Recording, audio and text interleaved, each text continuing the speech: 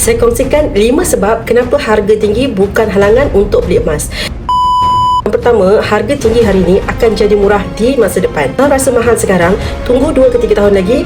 Waktu tu harga hari ini yang kita anggap mahal pasti akan terlihat murah bila dibandingkan dengan masa depan nanti. Nombor 2, inflasi tak pernah berhenti.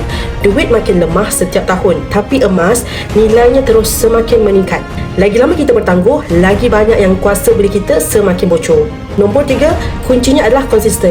Jangan tunggu masa terbaik untuk beli emas, tapi belilah emas secara konsisten setiap bulan. Tak perlu pening tunggu harga turun. Akhirnya, kos purata jadi rendah.